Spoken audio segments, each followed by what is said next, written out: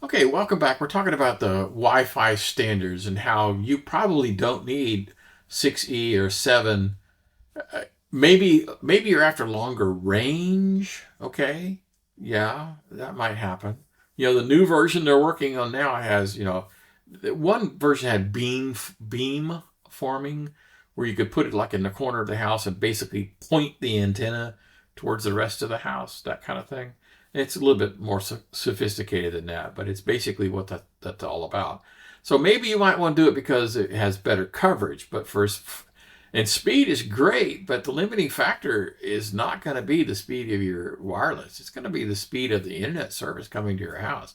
I mean, what if you just got a 400 meg, service to your house? You want 40 gig? Oh yeah, I need it. It's not going to make things any faster when you hit the web. Not at all. By the way, can routers actually be patched to generate, go to the new generation? No. No, there's radio differences.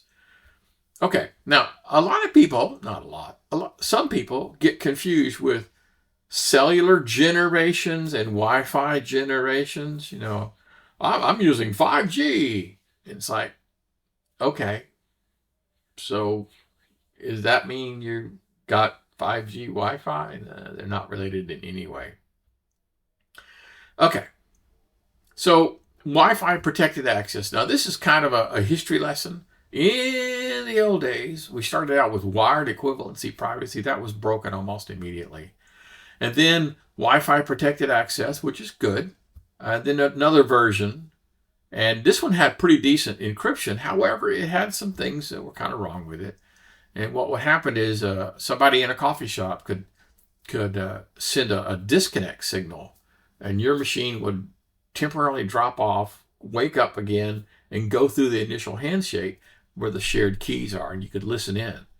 Well, WPA3 removed that because the disconnect command is basically now sent through the encrypted channel, not through the unencrypted channel. So, and there's an enterprise version. So basically, just use WPA3.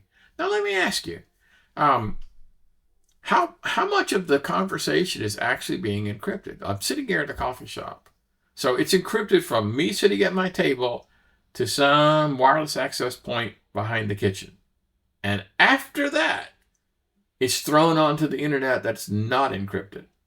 Okay, so you're only encrypting the wireless part. Once it goes to wired, it's no longer encrypted at all. So it's a very short distance. I mean, considering you're talking to someone who's 1,200 miles away, that's a very, very short distance that is being encrypted. So you have to rely on HTTPS to do the rest of the encryption for end to end. Okay. What happens if you don't have a choice? I mean, first of all, here's a good question. How can you even tell which version of this am I using? Well, quite frankly, an awful lot of systems. Apple does this a little bit better than Windows. Basically, you have to connect. And after you connect, you can ask it, hey, what am I using? Oh, I'm using WPA2. And you go, ugh. Okay, so here's a router checklist. So everyone has some sort of router at home. So there's a button, and the Wi-Fi Alliance, if you wanted to say that you are Wi-Fi 6E or Wi-Fi 7, you must comply with their requirements. And their requirements state that you have to have a physical button on the router that allows for automatic enrollment of devices. It's called Wi-Fi protected setup. Turn it off, okay? Or in mine, it has the button, but you can change the functionality of it. You can have it, shut down the wireless or turn off the lights in case you're in a dark room, or you could have it do WPS. Here's a scenario. It's the same one. You're hosting a garden party, and neighbors are all in. They go, hey, where's the bathroom? And you point them that direction. They walk by with their phone. They hit the button. They get connected, and now they're connected to your wireless. You want that? Okay. Change the password for the physical device. The name and the password that gets you into the admin page of the router. If you go search, if you just go and say Netgear passwords, poof, it'll give you all of the vendors' most commonly used passwords for the router. What about even the name? Can I leave it as admin lowercase? I don't. I changed it to something else. So both the name and the password have changed. And then local administration, while I'm logged onto that, is there some sort of logging that says, someone made a change? Mine has a little log. It doesn't have an automatic timeout, though. I could stay on there forever, I think. Remote administration. Now, this is a little complicated. If you have both wired and wireless, a lot of people don't have any wired devices whatsoever. I got a handful of wired devices. I have more wired than I have wireless. Then you could configure the router to say, I will not allow remote access over the wireless. In other words, if I have a problem, I'm sitting out on the back porch, I got to go back into the house and do something local. Now, other than that, you could say remote, meaning not from an IP address that I gave you, right? So let's say you don't have any wired at all. So, but all the IP addresses that you have are the ones the wireless access point is provided. You could say, I will not accept remote login or remote administration for any IP address that didn't come from me. Okay, makes sense. All right. So firewall, most of the time inbound, right? Inbound from the WAN side, probably not much going on. Inbound from the LAN side, I think I got that backwards. You should allow, DNS and HTTP and HTTPS, right? Okay. And then outbound, you basically just create whatever you want. So Wi-Fi schedule, now this is more like parental controls, right? You could say, the Wi-Fi is going to go down at 10 o'clock. Boom. Or you could just have a button you click on. I mentioned that mine has a button. It's supposed to be the WPS button, but you can also configure it to just shut the wireless off. So when you're not needed, I'm getting ready to go on vacation, turn it off. Okay? Now, my machines could still be up and running, my hardwired guys, and they can go get their updates, and all, as long as they don't power the machine down. And then, and when you're doing your router, make sure you have the WPA2 or 3. Most of them say 2 or 3. Now, we're not talking about a combination of the two. We're talking about negotiating. If I have an older device, WPA2 device, it'll still connect. And if I have a WPA3, obviously it'll connect. And I use what's called WPA3 personal. And I had an old device that was still using WPA2.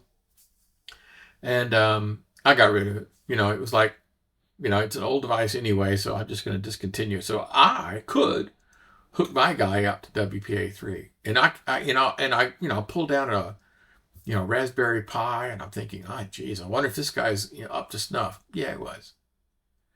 Okay, here's a really cool feature that high-end routers have. It's called a guest network.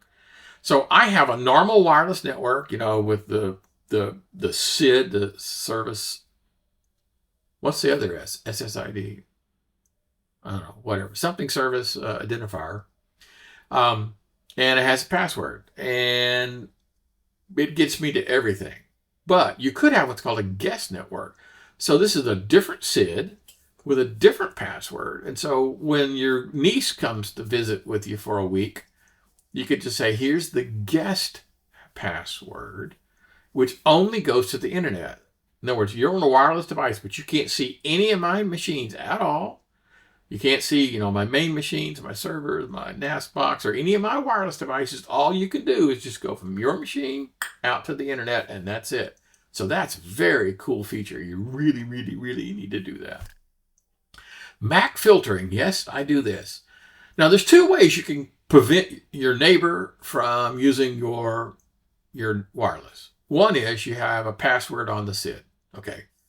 And the other is this feature we're talking about now, where I get the media access control, the MAC address for all of my Wi-Fi devices, and then put it into the machine and tell it, I want you to only service machines that have this MAC.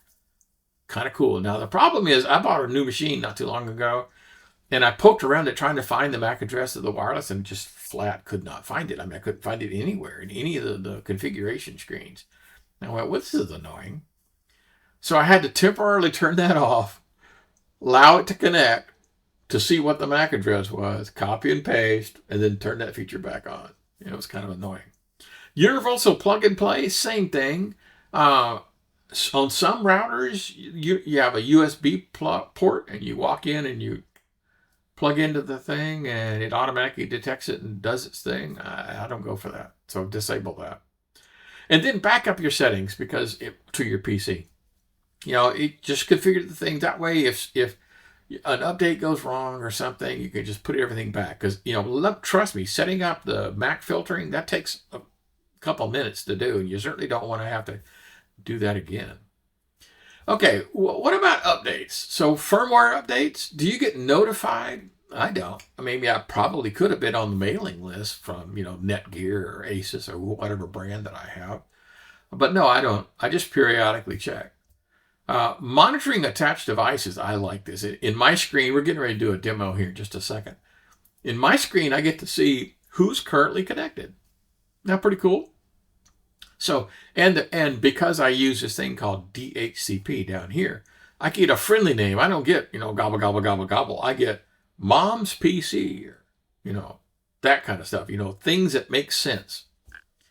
Okay, SID hiding. Now, in the early days, they said, hey, your station identifier, you don't have to have one. You can just leave it blank. And first of all, that's rather annoying. And then secondly, it didn't slow the hackers down at all. Okay, the Zipola. But here's a good suggestion. Don't put like your name or your address. Don't put, John Smith's router, okay, or 123 any street. Don't have it specifically identify you, because drive-by, it's called war driving.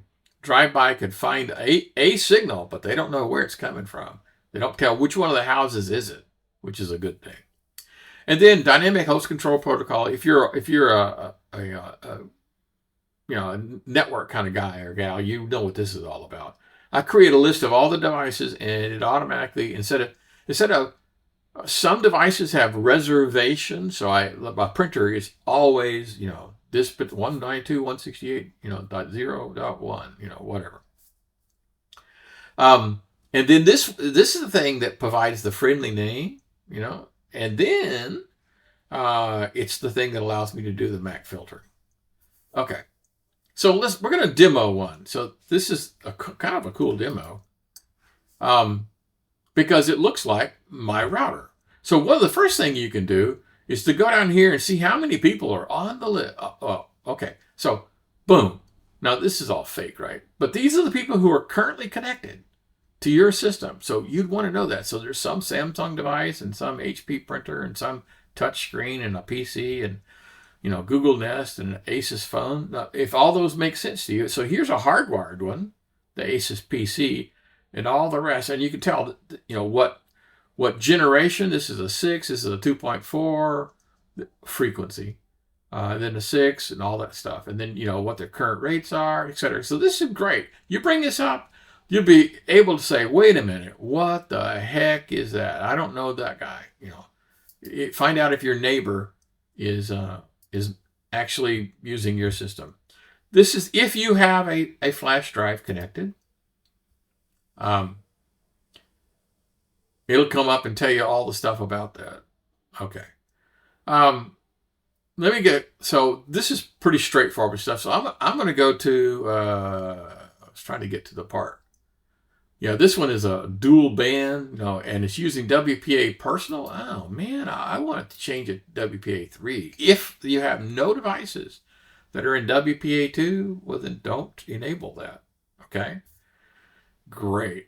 All right, so I'm going to go over here to LAN just for a second and bring up this thing. And this talks about, here's the DHCP server with all the reservations. I can tell it, hand out this, but always reserve these IP addresses. We're coming up on the 15-minute mark. You know how this works.